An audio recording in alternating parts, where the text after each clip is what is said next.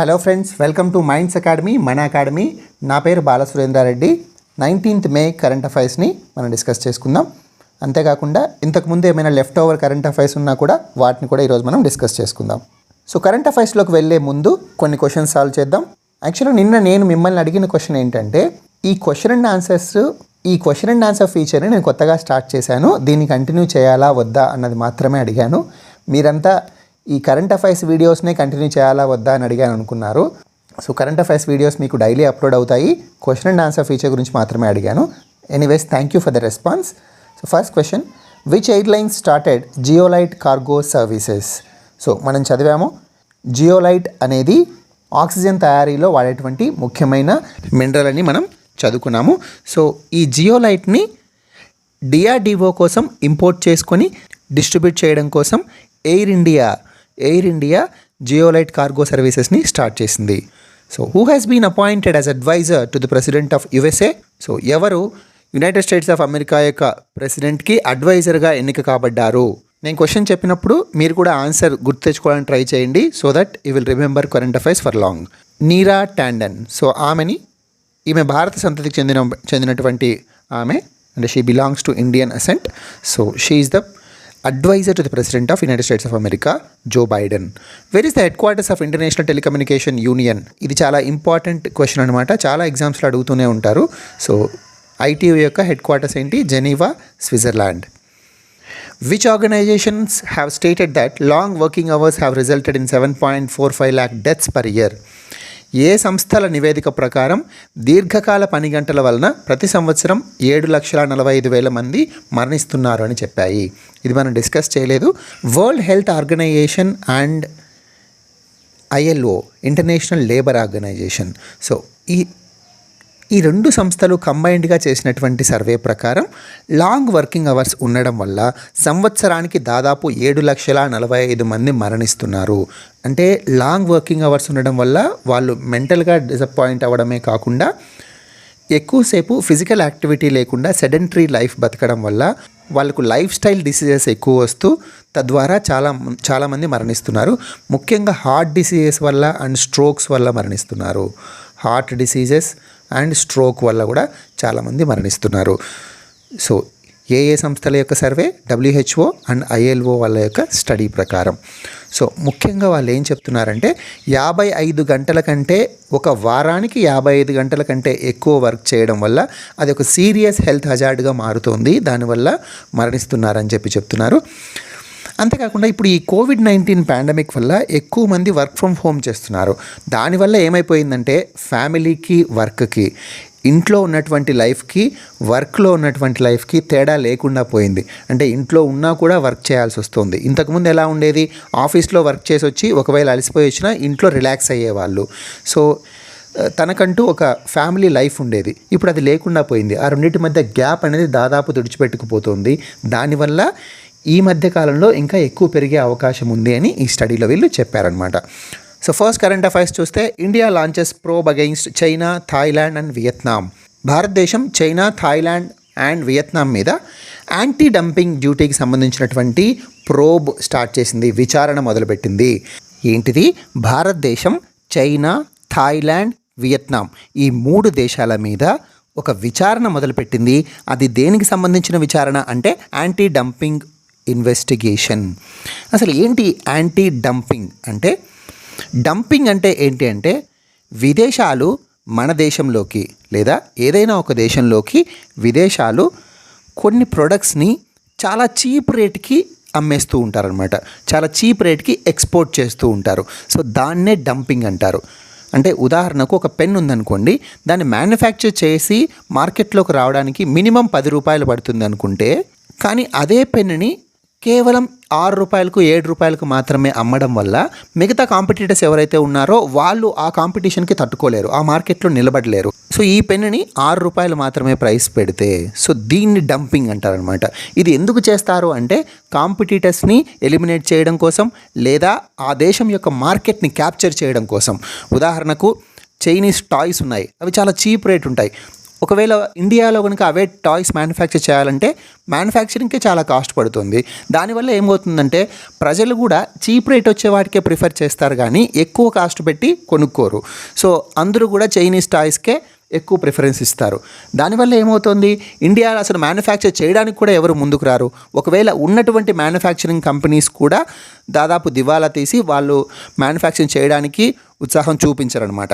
దీనికి ప్రధాన కారణం ఏంటి, మార్కెట్ రేటు కంటే కూడా చాలా తక్కువ ప్రైస్కి చైనీస్ యొక్క ప్రొడక్ట్స్ రావడం. సో దానివల్ల ఏమవుతుంది, మన డొమెస్టిక్ మ్యానుఫ్యాక్చరింగ్ ఇండస్ట్రీస్ దెబ్బతింటున్నాయి. సో దీన్ని డంపింగ్ అంటారు. ఇలా చైనా చేస్తోంది అని చెప్పి మన ఇండియా యొక్క director general of trade remedies investigation విచారణను ప్రారంభించారు. ఏ దేశాల మీద, చైనా, థాయిలాండ్ అండ్ వియత్నాం మీద విచారణ ప్రారంభించారు. సో ఈ డైరెక్టర్ జనరల్ ఆఫ్ ట్రేడ్ రెమెడీస్నే ఇంతకుముందు director general of anti dumping and allied duties అనేవాళ్ళు. ఇది చూస్తే మీకు అర్థమవుతుంది ఎందుకు director general of trade remedies initiation చేశారు ఇన్వెస్టిగేషన్ అని చెప్పి. Director general of trade remedies ఏ మినిస్ట్రీ కిందకి వస్తారు, ministry of commerce and industry. గుర్తుపెట్టుకోండి, ministry of commerce and industry కిందకి వస్తారు directorate general of trade remedies. Who is our commerce minister? India యొక్క వాణిజ్య శాఖ మంత్రి ఎవరు? కమెంట్ చేయండి దీన్ని. సో ఈ కాంటెక్స్ట్లో మీరు ఇంకో పదం ఎప్పుడు వింటూ ఉంటారు, యాంటీ డంపింగ్ డ్యూటీ అని చెప్పి. సో యాంటీ డంపింగ్ డ్యూటీ అని చెప్పి, యాంటీ డంపింగ్ అంటే అర్థమైంది కదా. యాంటీ డంపింగ్ డ్యూటీ అంటే ఈ విధంగా ఇబ్బడి ముబ్బడిగా ఇతర దేశాల యొక్క ప్రొడక్ట్స్ చాలా చీప్ రేట్కి మన దేశంలో కుమ్మరించడాన్ని, డంప్ చేయడాన్ని ఆపడం కోసం మన దేశ గవర్నమెంట్ ట్యాక్స్ను వేస్తుంది వాటి మీద. దాన్నే యాంటీ డంపింగ్ డ్యూటీ అంటారు. ఉదాహరణకి ఇందాక అనుకున్నట్టు ఒక పెన్ను 10 రూపాయలు మార్కెట్ వాల్యూ మినిమం ఉండాల్సి ఉంటే అయినా కూడా వాళ్ళు 6 రూపీస్కే అమ్ముతున్నారు అంటే అప్పుడు ఇండియన్ గవర్నమెంట్ ఏం చేస్తుందంటే ఈ పెన్ను మీద, ఫారిన్ నుంచి ఇంపోర్ట్ అయ్యే ఈ పెన్ను మీద 50% డ్యూటీ, 50% ట్యాక్స్ అన్నట్టు. సో అప్పుడు ఏమవుతుంది, 6 + 50% ఆఫ్ 6 అంటే 3 రూపీస్, 9 రూపీస్ అవుతుంది. అది కూడా సరిపోదు అనుకుంటే 100% డ్యూటీ వేస్తుంది, అప్పుడు 12 రూపీస్ అవుతుంది. సో దీన్నే యాంటీ డంపింగ్ డ్యూటీ అంటారు అనమాట. ఇది అలౌడా అంటే ఎస్, వరల్డ్ ట్రేడ్ ఆర్గనైజేషన్ కూడా అలో చేస్తుంది. ఇలా డొమెస్టిక్ ఇండస్ట్రీ దెబ్బతీసే విధంగా ప్రైసింగ్ కనుక ఉంటే యాంటీ డంపింగ్ డ్యూటీ పెట్టుకోవచ్చు అని చెప్పి వరల్డ్ ట్రేడ్ ఆర్గనైజేషన్ అలో చేస్తుంది. ఇప్పుడు మన డొమెస్టిక్ ఇండస్ట్రీ కంప్లైంట్ చేయడం వల్లనే మన గవర్నమెంట్కి, మన కామర్స్ మినిస్ట్రీకి directorate general of trade remedies anti dumping ఇన్వెస్టిగేషన్ని స్టార్ట్ చేశారనమాట. So next news item, Raghurama Krishnam Raju arrest. So Raghurama Krishnam Raju arrest అయ్యారు, చాలా రోజుల కిందటే అరెస్ట్ అయ్యారు. ఆయన గురించిన ఇష్యూ ఆంధ్రప్రదేశ్లో జరుగుతూనే ఉంది. ఇదొక పొలిటికల్ అఫైర్, మీకు అందరికీ తెలుసు. మన interest not on this political affair, ఈ పొలిటికల్ మ్యాటర్స్ మీద మన ఇంట్రెస్ట్ లేదు. బట్ ఈ కాంట్రవర్సీలో మనకు కావాల్సినటువంటి పాయింట్స్ ఏంటి అంటే, ఈయన ఏ కేసు మీద, ఏ బేసిస్ మీద అరెస్ట్ అయ్యారు. సో ఆయన్ను ఏ బేసిస్ మీద అరెస్ట్ చేశారు అంటే section 124A, section 153A and section 504 ఐపీసీల ప్రకారం. సో సెక్షన్ 124A చాలా ఇంపార్టెంట్ ఎగ్జామ్స్కి. సెడిషన్ అంటారు, అంటే రాజద్రోహం.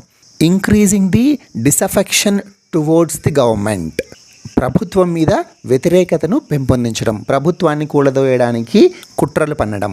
దీన్నే increasing the disaffection towards the government or increasing the disloyalty towards the government అని చెప్తారు. దాన్నే తెలుగులో రాజద్రోహం అంటారనమాట. సో ఈ రాజద్రోహం కేసు మెయిన్గా ఆయన మీద మోపారు. ఎందుకంటే ఆయన చాలా రోజుల నుంచి తను వైఎస్ఆర్సీపీ ఎంపీ అయినప్పటికీ కూడా అదే పార్టీ గవర్నమెంట్ని విపరీతంగా క్రిటిసైజ్ చేస్తూ వస్తున్నారు, చీఫ్ మినిస్టర్ని కూడా విపరీతంగా క్రిటిసైజ్ చేస్తూ వస్తున్నారు. ఆ బేసిస్ మీద వాళ్ళు సెక్షన్ 124 ఐపీసీ కేసు ఆయన మీద పెట్టి అరెస్ట్ చేశారు. సో అది కరెక్టా కాదా ఆ డిస్కషన్లోకి మనం వెళ్ళము. మనకు ఎగ్జామ్కి ఇంపార్టెంట్ ఏంటంటే సెడిషన్, సెక్షన్ 124A సెడిషన్. ఈ సెడిషన్ని మిస్యూజ్ చేస్తున్నారని చాలామంది ఎప్పటికప్పుడు ఆరోపిస్తూనే ఉన్నారు. మన రాష్ట్రంలోనే కాదు, అసలు కేంద్ర ప్రభుత్వం కూడా చాలాసార్లు సెడిషన్ కేసును వేసింది. అంతేకాకుండా ఇంతకుముందు మన రాష్ట్రంలో ఉన్నటువంటి ప్రభుత్వాలు కూడా చాలాసార్లు సెక్షన్ 124A ఐపీసీని వాడాయి. అంతేకాకుండా రాష్ట్ర ప్రభుత్వాలు అన్నీ కూడా వాడుతూనే ఉంటాయి. వాళ్ళ యొక్క క్రిటిసైజ్ చేసే వాళ్ళు ఎవరైతే ఉన్నారో వాళ్ళని అరెస్ట్ చేయడానికి లేదా వాళ్ళని కంట్రోల్ చేయడం కోసం. సో ఈ కాంట్రవర్సీ ఎప్పటికీ ఉన్నదే. అండ్ ఈయన ఇంకొక సెక్షన్ 153A అండ్ 505 బేస్ చేసుకుని కూడా ఈయన అరెస్ట్ చేశారు. ఆ సెక్షన్స్ దేనికోసం అంటే రిలీజియస్ గ్రూప్స్ మధ్య, మతాలకు సంబంధించినటువంటి గ్రూప్స్ మధ్య శత్రుత్వాన్ని పెంచేదాన్ని సెక్షన్ 153A అంటారనమాట. ఈ ఐపీసీ సెక్షన్ 153A దేనికి సంబంధించింది అంటే మతాల మధ్య శత్రుత్వాన్ని పెంచడం, గొడవలు పెంచడం. ఎందుకు దీన్ని ఈయన విషయంలో వేయాల్సి వచ్చింది అంటే ఆయన మన రాష్ట్రంలో జరిగేటువంటి కన్వర్షన్స్ గురించి మాట్లాడాడు. సో ఈ కన్వర్షన్స్ గురించి మాట్లాడడం వల్ల ఆ కేసు కూడా ఆయన మీద పెట్టారనమాట. సో కానీ ఇక్కడ ప్రధానంగా మనం గమనించాల్సింది ఏంటి అంటే ఈ మధ్య సుప్రీంకోర్టు ఆర్డర్ ఇచ్చిందని మనం లాస్ట్ కరెంట్ అఫైర్స్ వీడియోస్లో కూడా డిస్కస్ చేసాం. ఏమని ఆర్డర్స్ పాస్ చేసింది? పాండమిక్ టైంలో అనవసరంగా అరెస్టులు చేయకూడదు, అంతేకాకుండా ఒకవేళ ఎవరినైనా అరెస్ట్ చేసున్నా కూడా వాళ్ళ యొక్క శిక్షాకాలం తక్కువ ఉంటే కనుక వాళ్ళను మధ్యంతర బెయిల్ మీద వదిలిపెట్టండి అని చెప్పి సుప్రీంకోర్టు చెప్పింది. ఎందుకు? కోవిడ్-19 యొక్క సిచ్యువేషన్ని జైళ్ళలో కంట్రోల్ చేయలేకుండా ఉన్నాము కాబట్టి వాళ్ళని వదిలేయండి అని చెప్పి చెప్పింది. అంతేకాకుండా వాళ్ళని వదిలేయడం వల్ల ఆ కేసుకి ఎలాంటి ప్రాబ్లం ఉండదు, విట్నెస్ను వాళ్ళు ఇన్ఫ్లుయెన్స్ చేయరు అనుకుంటే కనుక వదిలేయమని చెప్పి సుప్రీంకోర్టు చెప్పిందనమాట. అంతేకాకుండా మెయిన్గా అర్నేష్ కుమార్ రూలింగ్, ఇది చాలా important. Arnesh Kumar ruling 2014 of supreme court. ఈ జడ్జిమెంట్ ప్రకారం ఒక కేసులో కనుక ఆ కేసులో అతన్ని నిందితునిగా తేలితే అతని యొక్క ప్రిజన్ టర్మ్, జైలు జీవితం 7 సంవత్సరాలు ఉంటే, ప్రిజన్ టర్మ్ అతని జైలు శిక్ష 7 సంవత్సరాలు పడేట్లయితే అతని మీద మోపినటువంటి ఆరోపణల ఆధారంగా అతనికి జైలు శిక్ష 7 సంవత్సరాలు లేదా అంతకంటే తక్కువ పడేట్లయితే అర్నేష్ కుమార్ రూలింగ్ ప్రకారం అతన్ని అరెస్ట్ చేయాల్సిన అవసరం లేదు. 2014లో సుప్రీంకోర్టు ఇచ్చినటువంటి రూలింగ్ అనమాట ఇది. సో ఈ రూలింగ్ గురించి కూడా ఇప్పుడు మాట్లాడుతున్నారు. అంతేకాకుండా మొన్న పాండమిక్కి సంబంధించి సుప్రీంకోర్టు ఇచ్చినటువంటి రూలింగ్ని కూడా మాట్లాడుతున్నారు. సో ఈ రెండింటిని బట్టి అరెస్ట్ చేయాల్సిన అవసరం లేదు కదా, అనవసరంగా ఎందుకు అరెస్ట్ చేశారు అన్నది క్రిటిసిజం అనమాట. సో కోర్ట్స్ ఏం చెప్తాయో మనం వేచి చూద్దాం. Tripura launches 24/7 educational channel.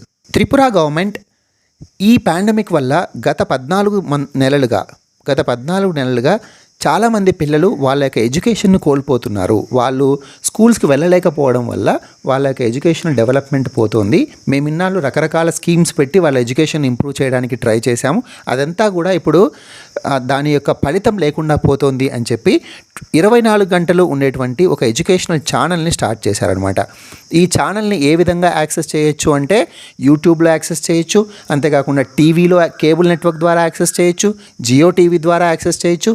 ఇలా రకరకాల ఛానల్స్, రకరకాల మార్గాల ద్వారా ఈ ఛానల్ని ప్రవేశపెట్టడం వల్ల దాదాపు 90% స్టూడెంట్ని ఇది కవర్ చేస్తుంది అని త్రిపుర గవర్నమెంట్ చెప్తుందనమాట. అంతేకాకుండా వాళ్ళు ఒక సర్వే ప్రకారం త్రిపురలో 40% స్టూడెంట్స్ స్మార్ట్ ఫోన్ యాక్సెస్ లేదు.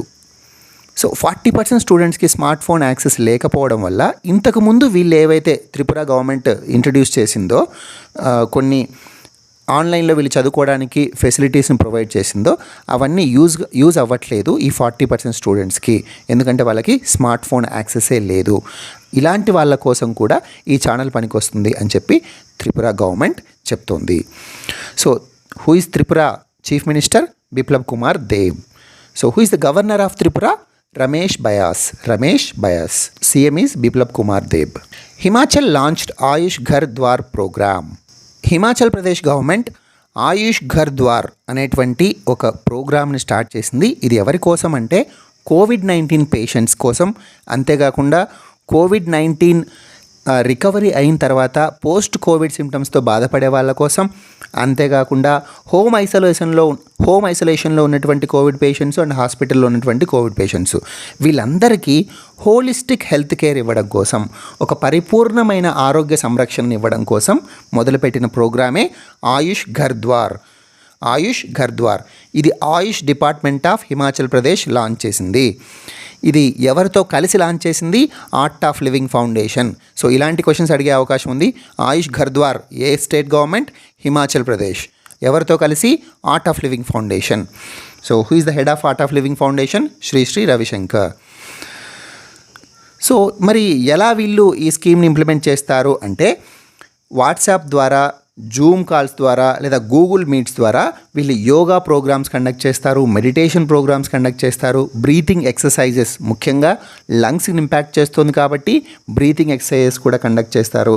అంతేకాకుండా వాళ్ళకు అందించాల్సినటువంటి మెడిసిన్స్ని కూడా ఆన్లైన్లో వాళ్ళకి కన్సల్టేషన్ కూడా ప్రొవైడ్ చేస్తారు. సో ఇలా ఆన్లైన్లో వాళ్ళకి కావాల్సినటువంటి అన్ని రకాల మందులకు సంబంధించిన సలహాలే కాకుండా థెరపీస్ కూడా, యోగా, మెడిటేషన్, ప్రాణాయామ ఇలాంటి థెరపీస్ కూడా అందిస్తూ ఆయుష్ డిపార్ట్మెంట్ కోవిడ్-19 పేషెంట్స్ యొక్క పరిపూర్ణ ఆరోగ్యం కోసం హిమాచల్ ప్రదేశ్లో ప్రయత్నం చేస్తోంది. Next news item, India has 43 environmentally risky cities. So ఇది Verisk Maplecroft, very important. Verisk Maplecroft అనేటువంటి ఒక ప్రైవేట్ ఆర్గనైజేషన్ ప్రకారం 100 పర్యావరణ ప్రమాదం గల నగరాల్లో దాదాపు 99 ఆసియాలోనే ఉన్నాయి. టాప్ 100 ఎన్విరాన్మెంటలీ రిస్కీ సిటీస్ ఏవైతే ఉన్నాయో, అంటే పర్యావరణ ప్రమాదం గల నగరాలు అంటే ఆ నగరాల్లో పర్యావరణ కాలుష్యం వల్ల లేకపోతే క్లైమేట్ చేంజ్ వల్ల వచ్చేటువంటి ప్రమాదాలు ఎక్కువగా ఉంటాయి. ఉదాహరణకి తుఫాను ప్రమాదాలు, ఇప్పుడు సైక్లోన్ వల్ల మన గుజరాత్, గోవా, కేరళ ఇవన్నీ కూడా దెబ్బతింటున్నాయి, మనం చూస్తున్నాం. సో సైక్లోన్ వల్ల వచ్చేటువంటి హజార్డ్స్, అంతేకాకుండా గ్లేషియర్స్ దెబ్బతినడం వల్ల వచ్చేటువంటి హజార్డ్స్, లేదా అవలాంచి బ్రేక్ డౌన్స్. ఉత్తరాఖండ్లో ఎక్కువగా జరుగుతూ ఉంటాయి అవలాంచి బ్రేక్ డౌన్స్, అంటే కొండ చర్యలు విరిగి పడుతూ ఉంటాయి. సో అలాంటి వాటి వల్ల వచ్చే ప్రమాదాలు, అంతేకాకుండా పొల్యూషన్ వల్ల వచ్చే ప్రమాదాలు. సో వీటన్నిటినీ కలిపి పర్యావరణ ప్రమాదాలు అంటారనమాట, ఎన్విరాన్మెంటల్ ఇష్యూస్ వల్ల వచ్చేటువంటి రిస్క్. అలాంటి నగరాలు 100 తీసుకుంటే 99 ఆసియాలోనే ఉన్నాయి. ఈ టాప్ 100లో 43 ఇండియాలోనే ఉన్నాయి. Very very bad situation. So worse situation అని చెప్పొచ్చు. ఇండియాలో టాప్ 100లో ఉన్నటువంటి 43 నగరాలు ఇండియాలోనే ఉన్నాయి, ఎన్విరాన్మెంటలీ రిస్కీ సిటీస్ అన్నమాట. అదే చైనా తీసుకుంటే అందులో 37 నగరాలు ఉన్నాయి. చైనాలో 37 నగరాలు ఉన్నాయి. ఇక్కడ ఇంపార్టెంట్ పాయింట్స్ ఎగ్జామ్కి ఏవేవి, వెరిస్క్ మ్యాపిల్ క్రాఫ్ట్ ఏ సంస్థ ఈ సర్వే చేసిందని అడగొచ్చు. వెరిస్క్ మ్యాపిల్ క్రాఫ్ట్, అందులో ఇండియాలో ఎన్ని ఉన్నాయంటే 43 నగరాలు ఉన్నాయి. టాప్ 100లో 43 ఇండియాలో ఉన్నాయి, టాప్ 100లో 99 ఆసియాలోనే ఉన్నాయి. ఈ సర్వే ప్రకారం Glasgow is the safest city. Glasgow మనకందరికీ తెలుసు, COP26 ఇక్కడ జరగబోతోంది. ఇది ఎన్విరాన్మెంటల్లీ సేఫెస్ట్ సిటీ అని చెప్పి వెరిస్క్ మ్యాపిల్ క్రాఫ్ట్ చెప్పిందనమాట. సో గ్లాస్గో ఎక్కడుంది? స్కాట్లాండ్లో ఉంది. వెరీ ఇంపార్టెంట్, స్కాట్లాండ్లో ఉంది. ఇందులో COP26 జరగబోతోంది. ఎప్పుడు జరగబోతోంది? 1 నవంబర్ నుంచి 12 నవంబర్ వరకు ఈ సంవత్సరం COP26 సమ్మిట్ జరగబోతోంది గ్లాస్గో, స్కాట్లాండ్లో. So Glasgow is the safest, environmentally safe city అని చెప్పింది వెరిస్క్ మ్యాపిల్ క్రాఫ్ట్. సో ఈ స్కాట్లాండ్ ఎక్కడుంది? మనందరికీ తెలుసు కదా, గ్రేట్ బ్రిటన్లో పార్ట్ స్కాట్లాండ్. గ్రేట్ బ్రిటన్లో ఏవే పార్ట్ ఉంటాయి? England, Scotland, Wales, Northern Ireland. So గుర్తుపెట్టుకోండి, England, Scotland, Wales, Northern Ireland ఇవన్నీ కలిపి గ్రేట్ బ్రిటన్ అంటారు. మరి బ్రెగ్జిట్ నుంచి బయటకు వచ్చింది ఏవేవి? ఇంగ్లాండ్ ఒకటేనా, ఇంకా మిగతావి కూడానా? ఇది కూడా కామెంట్ చేయండి. ఈ వెరిస్క్ మ్యాపిల్ క్రాఫ్ట్ మొత్తం 576 సిటీస్ని సర్వే చేసిందనమాట. సో ఏ బేసిస్ మీద సర్వే చేసిందంటే, మనం ఇందాక మాట్లాడుకున్నట్టు క్లైమేట్ చేంజ్ వల్నరబిలిటీస్ మీద, అంతేకాకుండా అర్త్క్వేక్స్, సునామీసు, సైక్లోన్స్ ఇలాంటి వాటి వల్ల వచ్చే ప్రమాదాలు ఏ రకంగా ఉన్నాయి, అంతేకాకుండా వాటర్ క్వాలిటీ దానివల్ల వచ్చేటువంటి సమస్యలు, వీటి మీద కూడా చేసింది. సో వీటన్నిటినీ బేస్ చేసుకొని ఇది ర్యాంకింగ్ ఇచ్చిందనమాట. మరి ఇక్కడ ఏషియాలోనే 99 ఎందుకు ఉంటున్నాయి? ఎందుకు 99 సిటీస్ ఏషియాలోనే ఉన్నాయి అంటే, ఏషియాలో అన్ని దేశాలు, దాదాపు చాలా దేశాలు డెన్స్లీ పాపులేటెడ్ ఉంటాయి, అంటే జనసాంద్రత చాలా ఎక్కువగా ఉంటుంది. అంతేకాకుండా ఇక్కడ జాగ్రాఫికల్ కండిషన్స్ కూడా అర్త్క్వేక్స్ కానీ సైక్లోన్స్ కానీ ఎక్కువ వచ్చే విధంగా, న్యాచురల్ డిజాస్టర్స్ ఎక్కువ జరిగే విధంగా జాగ్రాఫికల్ కండిషన్స్ ఉంటాయి. సో వీటన్నిటి వలన ఏషియాలోనే దాదాపు 99 ఎన్విరాన్మెంటలీ రిస్కీ సిటీస్ ఉన్నాయి. Lima is the only city outside Asia to enter in top 100 riskiest cities in the world. Top 100 చూస్తే 99 ఏషియాలో ఉన్నాయన్నాం కదా, మరి ఆ ఒక్కటి ఏషియాలో లేనటువంటిది ఏంటి అంటే లీమా. సో లీమా కూడా టాప్ 100లో ఉంది, కానీ that is not the Asian city అనమాట. మరి లీమా ఎక్కడుంది? పెరూలో ఉంటుంది, మనకందరికీ తెలుసు. పెరు ఎక్కడ ఉంటుంది? సౌత్ అమెరికాలో ఉంటుంది. So Lima is the only city outside Asia to enter in top 100 riskiest cities in the world. ఇది కూడా అడిగే అవకాశం ఉంది. ఇందాక చెప్పుకున్నాం, Glasgow is the safest city environmentally according to Verisk Maplecroft. International invincible gold medal. So Ramesh Pokhriyal Nishank. Who is Ramesh Pokhriyal Nishank? మన education minister. So ఈయనకి international invincible gold medal వచ్చింది. ఇది ప్రదానం చేసేటువంటి సంస్థ ఏది అంటే మహర్షి ఆర్గనైజేషన్. సో ఎందుకు వీళ్ళు ఇచ్చారు అంటే ఆయన యొక్క కమిట్మెంట్కి, అవుట్ స్టాండింగ్ సర్వీస్ టు హ్యుమానిటీకి ఏ రకంగా చేశారు, ఆయన యొక్క సర్వీస్ ద్వారా, సోషల్ సర్వీస్ ద్వారా కావచ్చు, అంతేకాకుండా ఆయన రైటింగ్స్ ద్వారా, ఆయన రచనల ద్వారా హ్యుమానిటీకి ఆయన చేసినటువంటి సేవలను గుర్తించి Maharishi organization international invincible gold మెడల్ని Ramesh Pokhriyal Nishank, our education minister, ఆయనకు ప్రదానం చేసింది. అయితే ఆ సందర్భంగా మాట్లాడుతూ రమేష్ పోఖ్రియాల్ నిశాంక్ గారు ఏమన్నారంటే ఈ అవార్డుని నేను కోవిడ్ వారియర్స్కి డెడికేట్ చేస్తున్నాను అని చెప్పారు. So international invincible gold medal award Ramesh Pokhriyal Nishank, very important. Sikkim a history of intrigue and alliance, ఇది ఒక బుక్ పేరు అనమాట. So this is a book, Sikkim a history of intrigue and alliance. Group 2లో కానీ ఎస్ఐ కానిస్టేబుల్ ఎగ్జామ్స్లో కానీ ఎక్కువగా బుక్స్ కూడా అడుగుతూ ఉంటారు. ఈ బుక్ను రాసినటువంటిది రచయిత ఎవరు అంటే ప్రీత్ మోహన్ సింగ్ మాలిక్. ఈయన former Indian diplomat Preet Mohan Singh Malik. ఈయన దేని గురించి రాశాడు అంటే మన 22వ రాష్ట్రమైనటువంటి సిక్కిం ఏ రకంగా భారతదేశంలోకి కలిసిందో ఈ స్ట్రాటజిక్ విధానాన్ని, అప్పుడు జరిగినటువంటి పరిస్థితులను అంచనా వేస్తూ బుక్ రాశాడనమాట. ఏంటి ఆ book? A history of intrigue and alliance. ఇది తెలుగు మీడియం వాళ్ళు ఇలాగే నేర్చుకోవాలి, అందుకే నేను తెలుగులో ట్రాన్స్లేట్ చేయట్లేదు. సో మీకు ఎక్కడెక్కడ అవసరమో అక్కడ మాత్రమే చేస్తున్నాను. సో నేను చేయట్లేదు అంటే మీరు గుర్తుపెట్టుకోండి, మీరు అలాగే నేర్చుకోవాల్సిన అవసరం ఉంటుంది. సో సిక్కిం అనేది మన 22వ రాష్ట్రం. మొన్న మే 16న మనం సిక్కిం డేగా జరుపుకున్నాం, అంటే సిక్కిం అవతరణ దినోత్సవం. సిక్కిం మన దేశంలోకి కలిసినటువంటి రోజు మే 16. ఏ సంవత్సరంలో? 1975. 1975లో సిక్కిం మన దేశంలో రాష్ట్రంగా అంతర్భాగంగా కలిసిందనమాట. సో సిక్కిం ఇండియాకు చాలా ఇంపార్టెంట్ స్టేట్ అనమాట. ఏ రకంగా అంటే ఇప్పుడు మ్యాప్లో చూస్తే సిక్కిం ఇక్కడ ఉంది, మీరు చూసారా, ఇక్కడ ఉంది. అంటే సిక్కింకి ఈస్ట్ సైడ్ ఏమో భూటాన్ ఉంది, వెస్ట్ సైడ్ ఏమో నేపాల్ ఉంది, అంతేకాకుండా నార్త్ సైడ్ చైనా అనే కంటే అది టిబెట్ అనమాట. బట్ చైనా వాళ్ళు ఆక్యుపై చేసుకుని వాళ్ళ కంట్రోల్లో ఉంటుంది కాబట్టి టిబెట్ అటోనామస్ రీజియన్ చైనా అని పిలుస్తారు. So north side China, east side ఏమో Bhutan, west side Nepal, south side West Bengal ఉంది. సో ఇలాంటి స్ట్రాటజిక్ లొకేషన్లో, అంటే భారతదేశ సెక్యూరిటీ దృష్ట్యా, రక్షణ దృష్ట్యా చాలా ఇంపార్టెంట్ లొకేషన్లో ఉంది. ఒకవేళ ఆలోచించండి, సిక్కిం కనుక ఇండియాలో జాయిన్ అవ్వకుండా లేదా వేరే దేశంలో జాయిన్ అయ్యి ఉంటే మనకు చైనా నుంచి చాలా ప్రాబ్లమ్స్ ఎదురయ్యేవి. ఎందుకంటే ఇప్పుడు కూడా మనము 2017లో చూసాం, డోక్లాం ఇష్యూ చూసాం. సో డోక్లాం కూడా ఈ సిక్కింకి బార్డర్లోనే ఉంటుంది, డోక్లాం కూడా. అంతేకాకుండా సిలిగురి కారిడార్ కూడా చూసాం, Siliguri corridor issue. So Siliguri corridor చూస్తే, so this is Siliguri corridor, దీన్ని చికెన్స్ నెక్ అని కూడా అంటారు.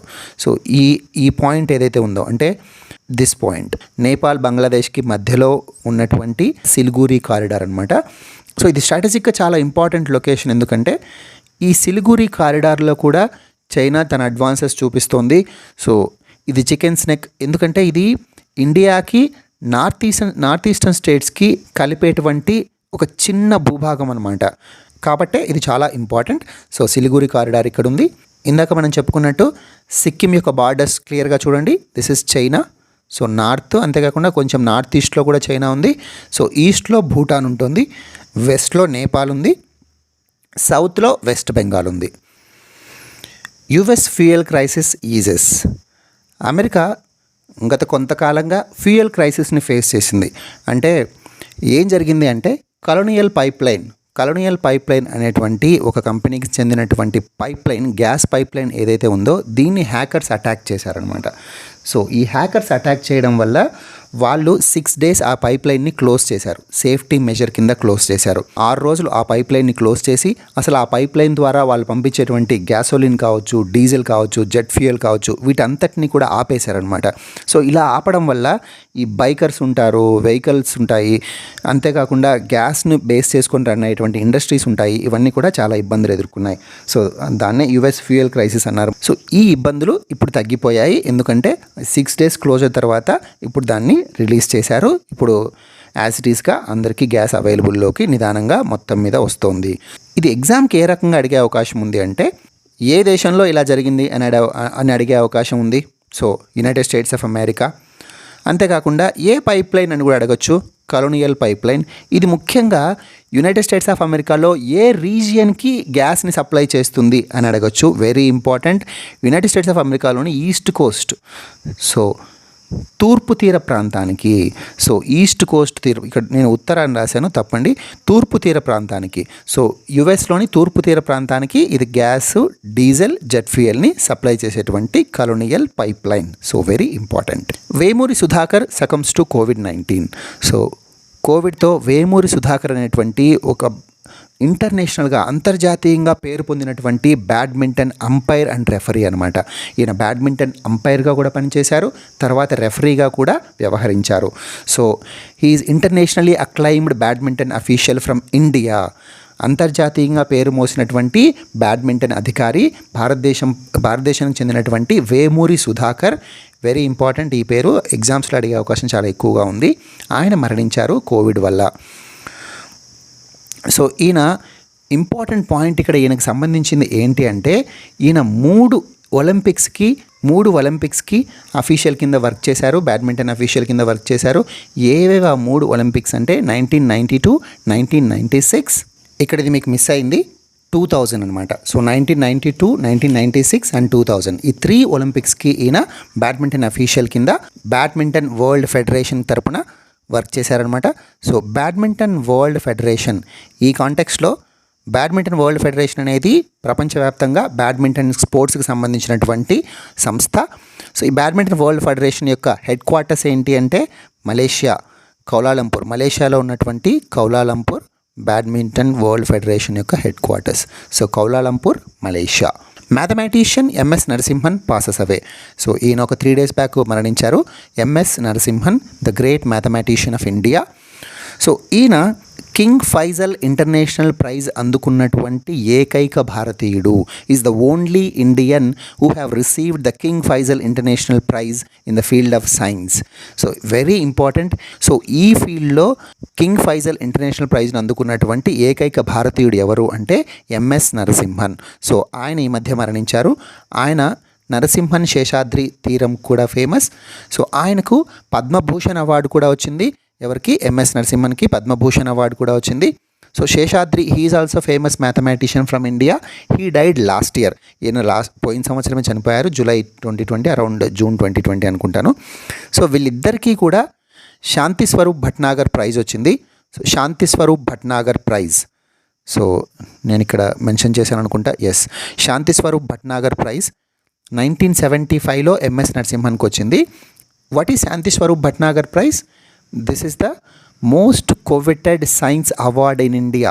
సైన్స్ రంగంలో భారతదేశంలో ఇచ్చేటువంటి ప్రధానమైన అవార్డులలో ఇదొకటి అనమాట, శాంతి స్వరూప్ భట్నాగర్ ప్రైజ్. హూ ఈ శాంతి స్వరూప్ భట్నాగర్?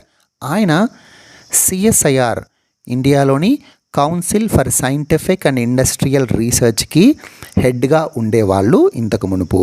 సో హెడ్గా ఉండడమే కాకుండా సిఎస్ఐఆర్కి ఫౌండర్ కూడా. సో సిఎస్ఐఆర్ని స్థాపించినటువంటి పర్సన్ ఎవరు అంటే శాంతి స్వరూప్ భట్నాగర్. ఆయన పేరు మీదనే సైన్స్ అవార్డుని ఇస్తారనమాట. సో ఈ అవార్డుని ఎవరిస్తారు? సిఎస్ఐఆర్ఏ ఇస్తుంది. So MS Narasimhan, only Indian to receive King Faisal International Prize. Cranes returned after 300 years. So డైరెక్ట్గా క్వశ్చన్ ఎలా అడగచ్చు అంటే, in which country cranes have returned after 300 years? ఏ దేశంలో క్రెయిన్స్ 300 సంవత్సరాల తర్వాత తిరిగి కనిపించాయి అంటే ఐర్లాండ్. సో ఐర్లాండ్లో 1700లో క్రెయిన్స్ అంటే కొంగలు అంటాం, బట్ ఐర్లాండ్లో ఉన్న కొంగలు చాలా పెద్దవిగా ఉంటాయి, వరల్డ్స్ టాలెస్ట్ అని చెప్తున్నారు. సో అవి 1700లో అంతరించిపోయాయి అనుకున్నారు. ఇప్పుడు అవి తిరిగి కనిపించాయి 300 ఏళ్ళ తర్వాత. సో అందుకే వెరీ వెరీ ఇంపార్టెంట్. సో ఈ క్రెయిన్స్ 4 feet టాల్ ఉంటాయి. అంతేకాకుండా వాటి యొక్క రెక్కలు 7 అడుగులు ఉంటాయి. సో 4 అడుగుల ఎత్తు, 7 అడుగుల రెక్కలు కలిగినటువంటి క్రెయిన్స్ వరల్డ్స్ టాలెస్ట్ అని చెప్తూ ఉన్నారు. అంతేకాకుండా ఐర్లాండ్ యొక్క సంస్కృతికి, చరిత్రకి చాలా దగ్గరగా రుణపడి చాలా దగ్గరగా ముడిపడి ఉన్నాయన్నమాట cranes. So cranes are deeply connected to history and culture of Ireland. ఎందుకు ఇవి అంతరించిపోయాయి అంటే జనరల్గా ఇవి వెట్లాండ్స్లో ఉంటాయి. సో బాగ్స్ అంటారు ఐర్లాండ్లో. ఈ బాగ్స్లో నివసిస్తాయి. బాగ్స్ అంటే స్పాంజీ వెట్లాండ్స్. వెట్లాండ్స్ అంటే మీకు అందరికీ తెలుసు, తడి నేలలు. అక్కడ చిన్న చిన్న మొక్కలు గడ్డి గాలి మొలుస్తూ ఉంటుంది. సో అలాంటి తడి నేలల్లో ఇవి ఉంటాయి. సంవత్సరాల తరబడి, కొన్ని వేల సంవత్సరాల తరబడి ఆ తడి నేలలు ఉండడం వల్ల అక్కడ పీట్ ఫామ్ అవుతుంది. ఈ పీట్ని ఇంధనంగా వాడతారు, మీకు తెలిసే ఉంటుంది. ఈ పీట్ను ఫామ్ అవుతుంది. ఇలాంటి వెట్లాండ్స్నే పీట్ ల్యాండ్స్ అని కూడా పిలుస్తారు. మీరు జాగ్రఫీలో చదువుకునే ఉంటారు. సో ఈ పీట్ ఫామ్ అయ్యే వెట్లాండ్స్లో ఇవి ఎక్కువగా హ్యాబిటాట్గా చేసుకొని బతుకుతాయి. కాబట్టి ఈ వెట్లాండ్స్ని పీట్ కోసం డ్రైన్ చేస్తున్నారు. సో పీట్ కోసం ఈ వెట్లాండ్స్ని డ్రైన్ చేయడం వల్ల ఆ వెట్లాండ్స్లో ఇవి అంతరించిపోయాయి. సో ఇప్పుడు తిరిగి కనిపించినప్పటికీ ఆ ప్రదేశాన్ని ఐర్లాండ్ గవర్నమెంట్ రివీల్ చేయలేదు. ఎందుకు అంటే వాటి సేఫ్టీ కోసం. ఒకవేళ రివీల్ చేస్తే మళ్ళీ వాటిని ఎవరైనా వేటాడడం కానీ ఇలా చేస్తే ఐర్లాండ్లో లేకుండా పూర్తిగా అంతరించిపోతాయి. కాబట్టి సో ఆ ప్లేస్ని ఐర్లాండ్ గవర్నమెంట్ రివీల్ చేయలేదన్నమాట. ఇవి అంతరించిపోవడానికి ఇంకొక కారణం ఏంటి అంటే అవి ఎగ్స్ పెడితే కేవలం 2 మాత్రమే పెడతాయి. సో ఒకసారి 2 ఎగ్స్ మాత్రమే పెడతాయి. అంతేకాకుండా ఒక్కోసారి అవి 2 సంవత్సరాలు కూడా ఎగ్స్ పెట్టవు అనమాట. సో అవి గుడ్లు పెట్టడానికి దాదాపు 2 సంవత్సరాల టైం తీసుకుంటాయి ఒక్కోసారి. అంతేకాకుండా గుడ్లు కేవలం 2 ఎగ్స్ మాత్రమే పెడతాయి. దీనివల్ల వాటి సంతానోత్పత్తి ఎక్కువగా జరగట్లేదు. తద్వారా ఇవి అంతరించిపోయాయి అనమాట. సో ఇప్పుడు మళ్ళీ కనిపించాయి. So this is very important news. India loses OVL discovered Farzad B gas field in Iran. So Farzad B gas field. Farzad B gas field ఎక్కడుంది? ఇరాన్లో ఉంది. Important point. Farzad B gas field ఎక్కడుందని అడిగే అవకాశాలు చాలా ఎక్కువ. ఇప్పుడు ఈ ఫర్జాద్ బి గ్యాస్ ఫీల్డ్ ఎందుకు న్యూస్లో ఉంది అంటే మన OVL అంటే ONGC విదేశ్ లిమిటెడ్, మన ONGCకి సంబంధించినటువంటి ఫారిన్ ఆర్మ్ అన్నమాట ఇది. అంటే భారతదేశానికి సంబంధించినటువంటి oil and natural gas corporation ONGC. ఇది ఫారిన్లో ఎక్కడైనా అంటే విదేశాలలో ఎక్కడైనా ఆయిల్ను సర్చ్ చేయడం కానీ లేదా ఆయిల్ని వెలికి తీయడం కానీ ఇలాంటి వాటికి ఏర్పాటు చేసుకున్నటువంటిదే OVL ఫర్మ్ అనమాట. ఈ ONGC విదేశ్ లిమిటెడ్ ఇరాన్లో ఫర్జాద్ బి గ్యాస్ ఫీల్డ్ని డిస్కవర్ చేసింది. సో దాదాపు ఇది 2000స్లోనే డిస్కవర్ చేసింది. డిస్కవర్ చేసి ఇరాన్ గవర్నమెంట్ని అప్పటి నుంచి కూడా రిక్వెస్ట్ చేస్తూ ఉంది, మాకు ఈ కాంట్రాక్ట్ని అప్పచెప్తే కనుక మేము గ్యాస్ని వెలికి తీసి మీకు సప్లై చేస్తాము అని చెప్పి OVL ఇరాన్ గవర్నమెంట్తో చర్చలు జరుపుతూనే ఉంది. కానీ ఇప్పుడు లేటెస్ట్గా ఇరాన్ ఇండియాకు OVLకు షాక్ ఇచ్చిందనమాట. తన లోకల్ ప్రొడ్యూసర్ అయినటువంటి పెట్రోపార్స్ అనే కంపెనీకి ఈ కాంట్రాక్ట్ని అప్పచెప్పింది. ఎవరు? Iran. So Petropars company domestic gas producer. So వీళ్ళకి ఫర్జాద్ బి గ్యాస్ ఫీల్డ్ని అప్పచెప్పింది ఇరాన్ గవర్నమెంట్. సో దీన్ని ఏ రకంగా చూడొచ్చు అంటే మనకందరికీ తెలుసు అమెరికా యొక్క శాంక్షన్స్ ఉన్నాయి ఇరాన్ మీద, అంతేకాకుండా రష్యా, నార్త్ కొరియా మీద. సో ఈ శాంక్షన్స్ యొక్క ఇంపాక్ట్ అని చూడొచ్చు. అమెరికా యొక్క శాంక్షన్స్ వల్ల మనం ఇరాన్ నుంచి దిగుమతి చేసుకునేటువంటి గ్యాస్ కావచ్చు, ఆయిల్ కావచ్చు తగ్గించేసాం. సో ఇలా తగ్గించడం వల్ల కూడా ఇరాను ఇలా షాక్ ఇచ్చిందని కూడా భావిస్తున్నారు. So this may be impact of the US sanctions on India-Iran energy cooperation. So United States of America Iran మీద శాంక్షన్స్ వేసింది ఏ యాక్ట్ ద్వారా? This is very important. చాలా ఎగ్జామ్స్లో అడుగుతుంటారు. క్యాట్సా యాక్ట్ అంటారు. క్యాట్సా CAATSA, డైరెక్ట్గా క్యాట్సా యాక్ట్ అని అడుగుతారు, షార్ట్ ఫామ్ అడుగుతారు. సో దీని ఎక్స్పాన్షన్ ఏంటి అంటే countering America's adversaries through sanctions act. So ఈ క్యాట్సా యాక్ట్ ద్వారా యునైటెడ్ స్టేట్స్ ఆఫ్ అమెరికా తన శత్రువులైనటువంటి డైరెక్ట్గా చెప్తుంది ఎనిమీస్ అని చెప్పి, ఎనిమీ కంట్రీస్ అయినటువంటి ఇరాన్, నార్త్ కొరియా, రష్యా వీటి మీద శాంక్షన్స్ విధించింది. ఏ రకంగా? ఈ దేశాలతో ఏవైనా వేరే దేశాలు కనుక సంబంధాలు పెట్టుకుంటే వాటి మీద కూడా ఆ శాంక్షన్స్ ఉంటాయి. అందువల్లనే ఇండియన్ గవర్నమెంట్ ఇరాన్ నుంచి తన ఇంపోర్ట్స్ని తగ్గించేసింది. So this is CAATSA. So దీని యొక్క ఇంపాక్ట్ వల్లనే ఫర్జాద్ బి గ్యాస్ ఫీల్డ్ డీల్ని OVLతో ఇరాన్ క్యాన్సిల్ చేసిందని అనుకుంటున్నారు. Ministry of tribal affairs and Microsoft sign MOU. India యొక్క ట్రైబల్ అఫైర్స్ మినిస్ట్రీ మైక్రోసాఫ్ట్తో ఒక MOU చేసుకుంది. ఈ MOU ద్వారా ట్రైబల్ స్కూల్స్లో డిజిటల్ ట్రాన్స్ఫర్మేషన్ తీసుకురావాలని ప్రయత్నిస్తుంది. అంటే ట్రైబల్ స్కూల్స్ ఏవేవి? Tribal schools Eklavya model residential schools, ashram schools. So tribals కోసం, ఆదిమవాసుల కోసం ఏకలవ్య మోడల్ రెసిడెన్షియల్ స్కూల్స్ ఉన్నాయి, ఆశ్రమ్ స్కూల్స్ ఉన్నాయి. వీటిల్లో డిజిటల్ ట్రాన్స్ఫర్మేషన్ అంటే వాళ్ళ ఎడ్యుకేషన్ డిజిటల్ ఎడ్యుకేషన్ చేయాలని చెప్పి ప్రయత్నం చేస్తుంది. ఎగ్జామ్లో డైరెక్ట్గా మినిస్ట్రీ ఆఫ్ ట్రైబల్ అఫైర్స్ ఏ సంస్థతో ఈ ఒప్పందాన్ని చేసుకుంది ట్రైబల్ స్కూల్స్ని డిజిటలైజ్ చేయడానికి అని అడిగే అవకాశాలు ఎక్కువగా ఉన్నాయి. Microsoft. So Microsoft is the answer. Bihar launches an app for Covid patients. Corona patients కోసం బీహార్ ఒక యాప్ని లాంచ్ చేసింది. దాన్నే హిట్ కోవిడ్ అంటారు. Hit Covid. ఈ యాప్ పేరేంటి? హిట్ కోవిడ్ యాప్ అనమాట. హిట్ అంటే హోమ్ ఐసోలేషన్ ట్రాకింగ్. హిట్ అంటే హోమ్ ఐసోలేషన్ ట్రాకింగ్. ఈ పేరులోనే ఉంది. హోమ్ ఐసోలేషన్లో ఉన్న వాళ్ళని ట్రాక్ చేసి వాళ్ళకి మెడికల్ సప్లైస్ ఏవేవి కావాలో అవి అందిస్తూ, వాళ్ళు ఏదైనా ఎమర్జెన్సీ ఉన్నప్పుడు వాళ్ళకి హెల్ప్ అందిస్తూ, సో ఇలాంటి ఫెసిలిటీస్ ప్రొవైడ్ చేయడానికే ఒక యాప్ని లాంచ్ చేసింది బీహార్ గవర్నమెంట్.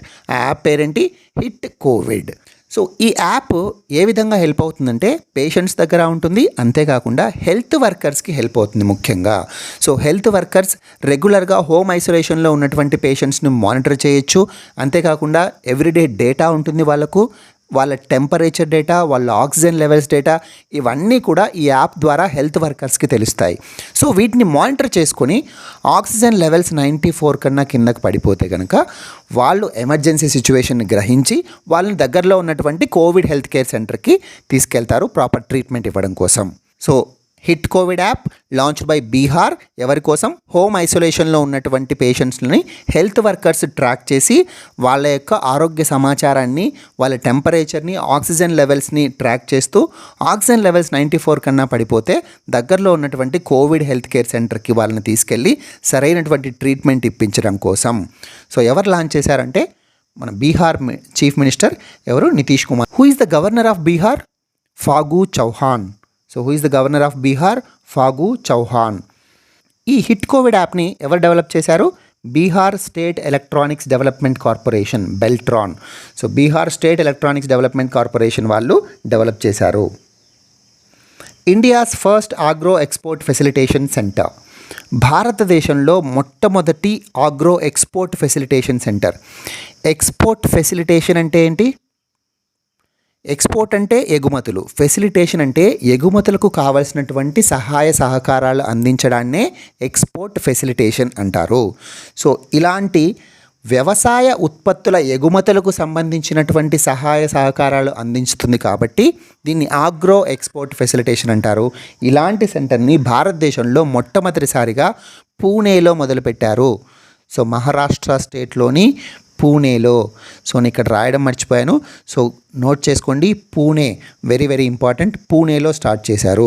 ఈ సెంటర్ ఏం చేస్తుందంటే ఎవరైనా ఆగ్రో ఉత్పత్తుల్ని, ఆగ్రో ప్రొడక్ట్స్ని, వ్యవసాయ ఉత్పత్తుల్ని ఎక్స్పోర్ట్ చేయాలనుకుంటే వాళ్ళకు సహాయ సహకారాలు ఏ రకంగా అందిస్తుందంటే మార్కెటింగ్కి సంబంధించిన కావచ్చు, లేకపోతే వాటిని ఏ రకంగా ప్యాకేజింగ్, బ్రాండింగ్ చేయాలి, సరైన ఎక్స్పోర్ట్ మార్కెట్ లభించడం కోసం. అంతేకాకుండా ఏవైనా ప్రభుత్వ స్కీమ్స్ ఉన్నాయా, గవర్నమెంట్ ఎక్స్పోర్ట్ స్కీమ్స్ ఉంటే వాళ్లకు దానికి సంబంధించినటువంటి అవగాహన కల్పించడం, తద్వారా వాళ్ళు ఆ స్కీమ్స్ని యూటిలైజ్ చేసుకొని ఎక్స్పోర్ట్స్ పెంచుకుంటారు. అంతేకాకుండా ఆర్చార్డ్ మేనేజ్మెంట్స్, పండ్ల తోటలు ఏ విధంగా మేనేజ్ చేయాలి, సో వీటికి సంబంధించినటువంటి గైడెన్స్ అందిస్తుందన్నమాట. సో ఈ గైడెన్స్ని అందించడం కోసమే ఎక్స్పోర్ట్ ఫెసిలిటేషన్ సెంటర్ ఏర్పాటు చేశారు పూణేలో. దీనివల్ల లాభం ఏంటి అంటే ఎక్స్పోర్ట్స్ పెరుగుతాయి. ఆబ్వియస్లీ ఎక్స్పోర్ట్స్ పెరుగుతాయి ఇలా సహాయ సహకారాలు అందించడం వల్ల. దానివల్ల agriculture and food exports of Maharashtra పెరుగుతాయి.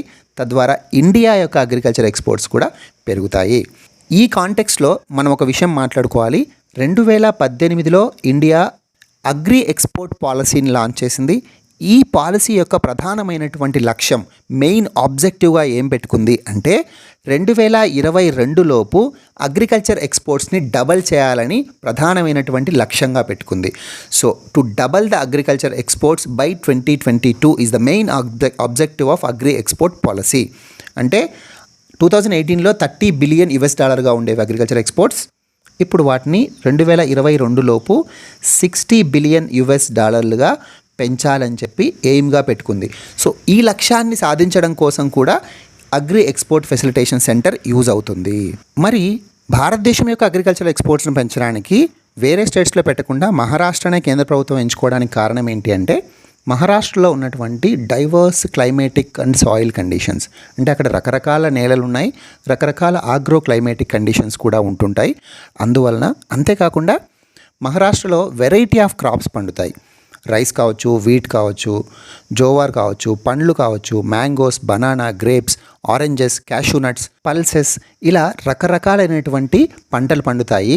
అందుకు మహారాష్ట్రను ఎంచుకోవడం జరిగిందనమాట. సో మహారాష్ట్ర కాంటెక్స్ మాట్లాడుతున్నాం కాబట్టి, who is the chief minister of Maharashtra? So Uddhav Thackeray is the chief minister of Maharashtra. And who is the governor of Maharashtra? కమెంట్స్లో మెన్షన్ చేయండి. Who is the governor of Maharashtra? Moctar Ouane reappointed as prime minister of Mali. So Mali దేశానికి, Mali కంట్రీకి Moctar Ouane reappointed. ఇంతకుముందు prime minister కూడా ఈయన మళ్ళీ reappoint కాబడ్డారు. ఈ question డైరెక్ట్గా అడిగే అవకాశాలే ఎక్కువగా ఉన్నాయి. Who is the prime minister of Mali అని అడగచ్చు, లేదా who is reappointed as prime minister of Mali అని అడగచ్చు. మాలి యొక్క ప్రధానమంత్రిగా మొక్టార్ ఓవనే అని ఆయన అపాయింట్ కాబడ్డారు. ఇంతకుముందు కూడా ఆయనే ప్రైమ్ మినిస్టర్గా వ్యవహరించారు. So that's it for today. ఇవాల్టి కరెంట్ అఫైర్స్లో ఇంకా ఏమన్నా మిగిలిన్నా కూడా వచ్చే రోజుల్లో కంపల్సరీగా కవర్ చేస్తాను. ఎగ్జామ్స్కి అవసరమైనటువంటి అన్ని ఇంపార్టెంట్ కరెంట్ అఫైర్స్ ఖచ్చితంగా కవర్ చేయడం జరుగుతుంది. Please like, share and subscribe to minds academy channel. Thank you so much.